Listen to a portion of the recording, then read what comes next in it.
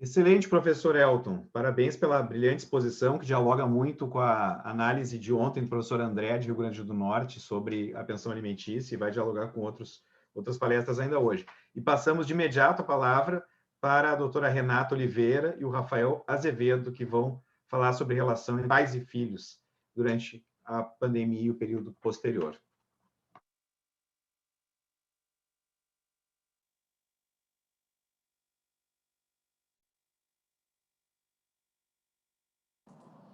Eu acho que Renata está muda.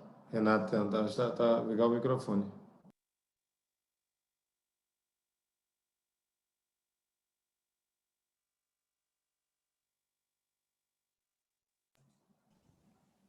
Ainda está mudo.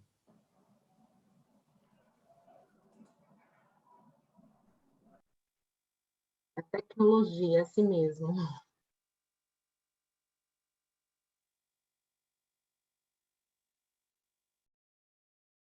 Uma das coisas legais que a gente aprendeu na pandemia, né, é que a gente está mais tolerante, principalmente na vida universitária, né? Foi um desafio vencer esse momento. Então, vamos aguardar um pouquinho e logo teremos o som. A doutora Renata vai entrar com outro equipamento aqui, ela pediu autorização, já está entrando.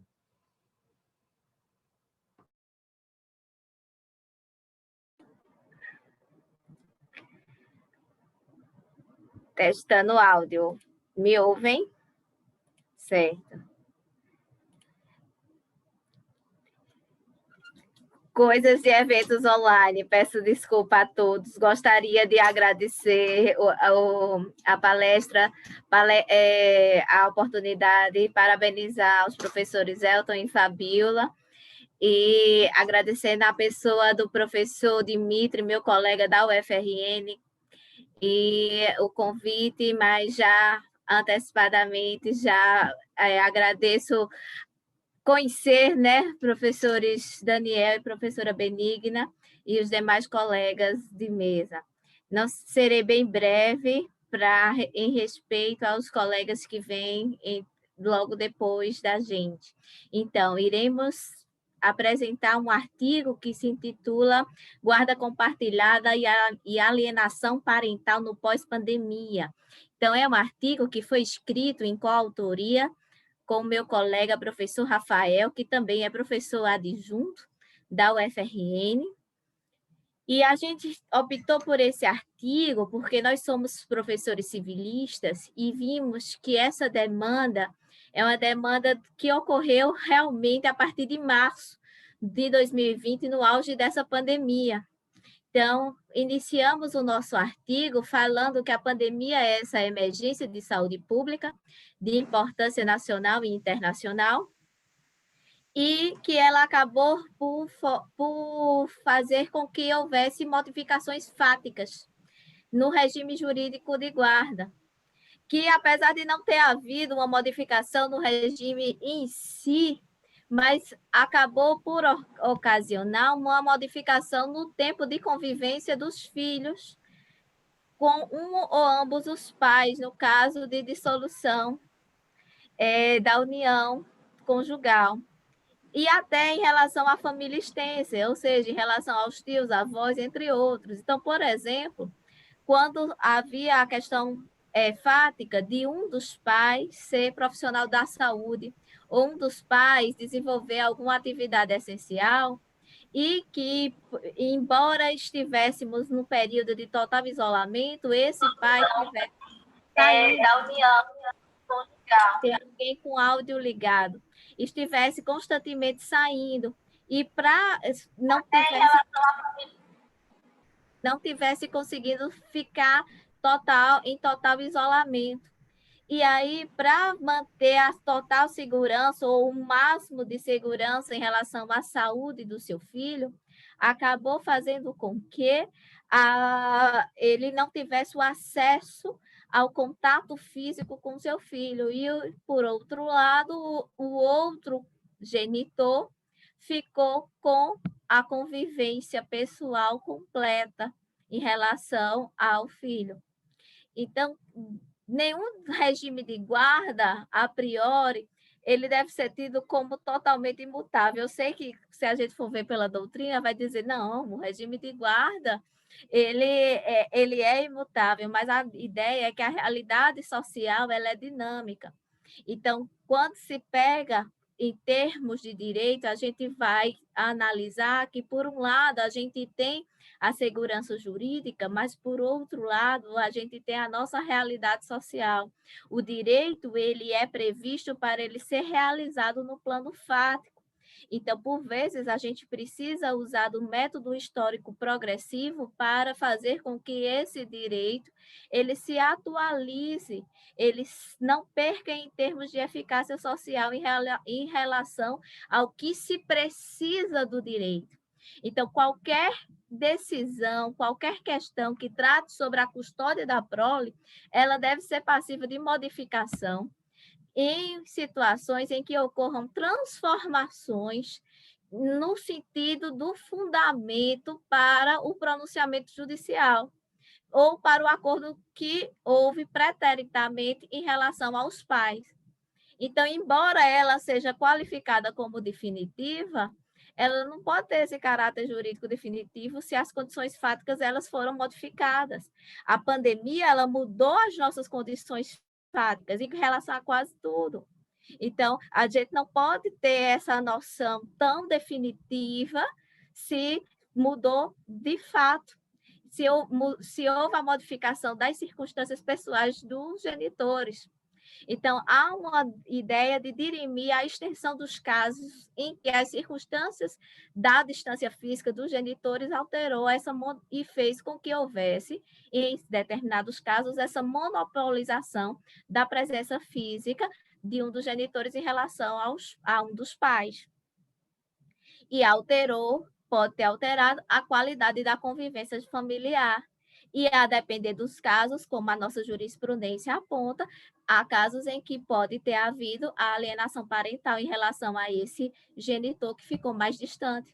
Então, o problema científico da nossa pesquisa, que foi materializada nesse capítulo, é quais medidas devem ser tomadas justamente para sanar esses problemas causados em relação à alteração no regime de convivência da criança ou adolescente com os seus genitores em razão da pandemia. E a gente testa no nosso artigo se as soluções que vêm sendo apontadas pelo Poder Judiciário durante a pandemia podem ser aproveitadas no período pós-pandemia, que é justamente esse período que esperamos que seja próximo, né, dada a proximidade da vacina, que já está em implantação, se essas medidas elas podem ser aproveitadas, no sentido de, inclusive, se flexibilizar, se entender até que uma parte dessa convivência pode até ser remota. Mas quais são os perigos? Quais são as modalidades? Então, a gente utiliza alguns métodos para isso. Então, a gente utiliza, como já foi mencionado, o método histórico progressivo para avaliar essa modificação da noção da convivência familiar, em tempos em que o acesso físico fica relativizado. A gente utiliza o método sistemático integrativo para avaliar a pluralidade de fontes nesse sentido, em relação à guarda, autoridade parental, alienação parental, interpretação teleológica para analisar as nossas fontes de direito de família com foco no melhor interesse do menor, o método dedutivo, o método indutivo. E aí a gente faz um capítulo introdutório sobre guarda, convivência familiar, alienação parental, seguido do impacto do distanciamento no regime de convivência durante a pandemia, depois esse reequilíbrio da convivência no pós-pandemia, para entender justamente que a autoridade parental, certo? Que a centralidade ela vai permanecer nesse interesse do menor, que não vai alterar o regime de guarda em si, mas que provisoriamente modifica nesse plano fático essa convivência familiar, que urge ser reestabelecida quando sobrevier essa normalidade social, que de forma mais pormenorizada vai ser agora explanada pelo meu colega, professor Rafael Azevedo, que agora fica com a palavra. O meu muito obrigado pela atenção. Muito obrigado, professora Renata, minha colega e coautora deste artigo que escrevemos aí a 4 mãos. Queria agradecer ao professor Dimitri pelo convite, professor Dimitri Soares, meu colega de departamento, né? Nós 3 somos colegas de departamento, com muito orgulho, né, de fazer parte da Universidade Federal do Rio Grande do Norte, no SERES, né? Lá, o centro do Seridó, né? E cumprimentar também o professor Daniel e a professora Benigna, que estou tendo o prazer de conhecê-los e de ter um contato com vocês nesse momento. E, enfim, dando continuidade à exposição da professora Renata, sempre muito difícil falar depois da professora Renata, mas eu vou tentar manter o mesmo nível da colega, no sentido de que nós trabalhamos e fomos procurar na jurisprudência como estavam sendo resolvidos os casos que estavam aportando ao judiciário. A princípio, né, nós verificamos a jurisprudência dos tribunais de justiça de São Paulo e do Rio Grande do Sul. Né? Então, o que nós vimos, a primeira impressão que tivemos ao analisar os julgados, nós vemos uma tendência pela manutenção do modelo original de guarda. Ou seja, para o Tribunal de Justiça de São Paulo e o Tribunal de Justiça do Rio Grande do Sul, nós observamos que, a menos que houvesse uma circunstância excepcional que colocasse o menor num risco mais grave de contaminação, ou até outras pessoas, vamos dizer que um dos genitores tivesse dentro da sua residência pessoas dentro do grupo de risco da Covid-19, por exemplo, que justificariam a mudança, a suspensão, por exemplo, da visitação. Em outras, por exemplo, foi a exceção à suspensão da visita.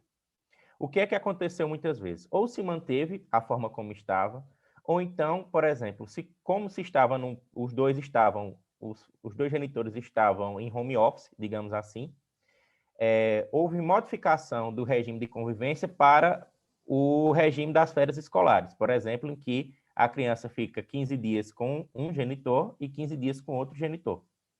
E aí você mantinha a equivalência de convivência tanto com um genitor quanto com o outro. E com isso diminuiria a necessidade de deslocamento, né, que em cidades de grande porte podem ser mais incômodas do que em cidades de menor porte. Além disso, faria com que você tivesse um cuidado maior com o menor e, ao mesmo tempo, não isolasse ele, não o privasse do convívio com um dos genitores. Porque, mesmo sendo o direito dos pais conviver com os filhos, ele antes é um direito dos filhos conviver com os pais. A norma parte primeiro com foco na proteção do menor, para depois ela vir, né, secundariamente no interesse dos pais. Né? O interesse superior é do menor. E é ele que vai reger todos os acordos de guarda. Agora, em circunstâncias outras, como, por exemplo, quando um dos genitores era profissional de saúde, trabalhava no hospital e estava na linha de frente do combate à Covid-19, o entendimento do Tribunal de Justiça de São Paulo, nesse caso específico, foi de suspender as visitas. Suspender a visita do pai. O pai, o genitor, tinha a residência fixa da criança, era a mãe, era a residência da mãe, e apesar de ser guarda compartilhada, né, o pai tinha um direito de convivência equivalente. Foi suspendida essa convivência com o genitor, justamente em razão dele estar como profissional de saúde na linha de frente do combate à Covid-19. E aí a criança, mesmo que não tivesse, digamos assim, não tem tantas pesquisas, tantas evidências de que o vírus é um risco para a criança, mas ela pode ser um vetor de contaminação. E em razão disso, se entendeu pela suspensão da visita presencial temporariamente, mas foram colocadas, em contrapartida, medidas para sanar essa falta de convivência, como, por exemplo, o aumento do tempo de ligação, né, de chamadas telefônicas, o aumento de tempo com relação a videochamadas, colocar videochamadas diárias para essa criança ter contato com o pai, e, inclusive, houve uma menção nesse julgado de posterior compensação no período pós-pandemia, e é isso que chamou a atenção e nós trabalhamos em cima disso. Como seria feita essa posterior compensação? Ou seja, nesses casos excepcionais, em que foi necessária a mudança do regime, porque, como diz, né, se você estabelece um regime como regra, ele tem que valer para as mais variadas situações, né? Senão ela não é uma boa regra que se estabeleceu. Mas, obviamente, como disse a professora Renata, não pode ser rígido, não pode ser também escrito em pedra, né? Tem que ser mutável à medida que as circunstâncias originais nas quais o acordo de guarda foi feito não estão as mesmas, né? Mudaram.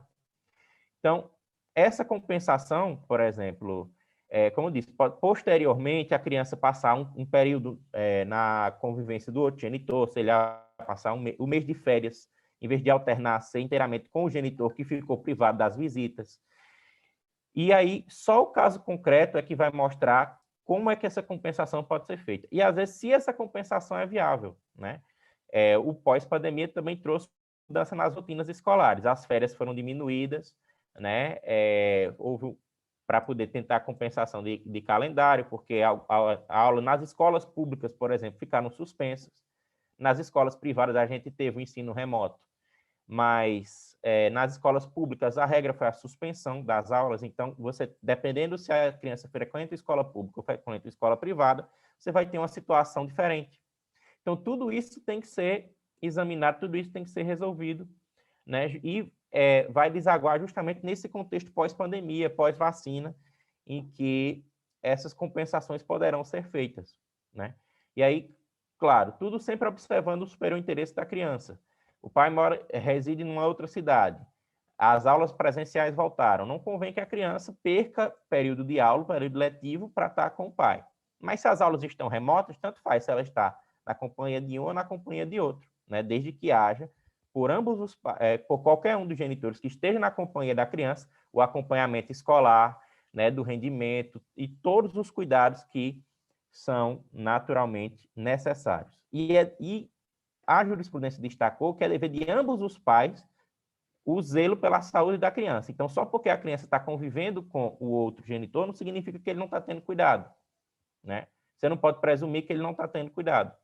E aí, em razão disso, né, nossa conclusão foi que a solução ela vai ser casuística, mas que se deve observar nos casos em que o pai ou a mãe, um dos genitores, foi privado temporariamente por causa da pandemia do convívio com a criança, de ser compensado de alguma forma e durante esse período aumentar a convivência remota, né? Aumentar o tempo de ligação telefônica, o tempo de videochamada e, enfim, todas essas outras medidas para evitar que a ausência de convívio com os genitores seja danosa para a criança, né?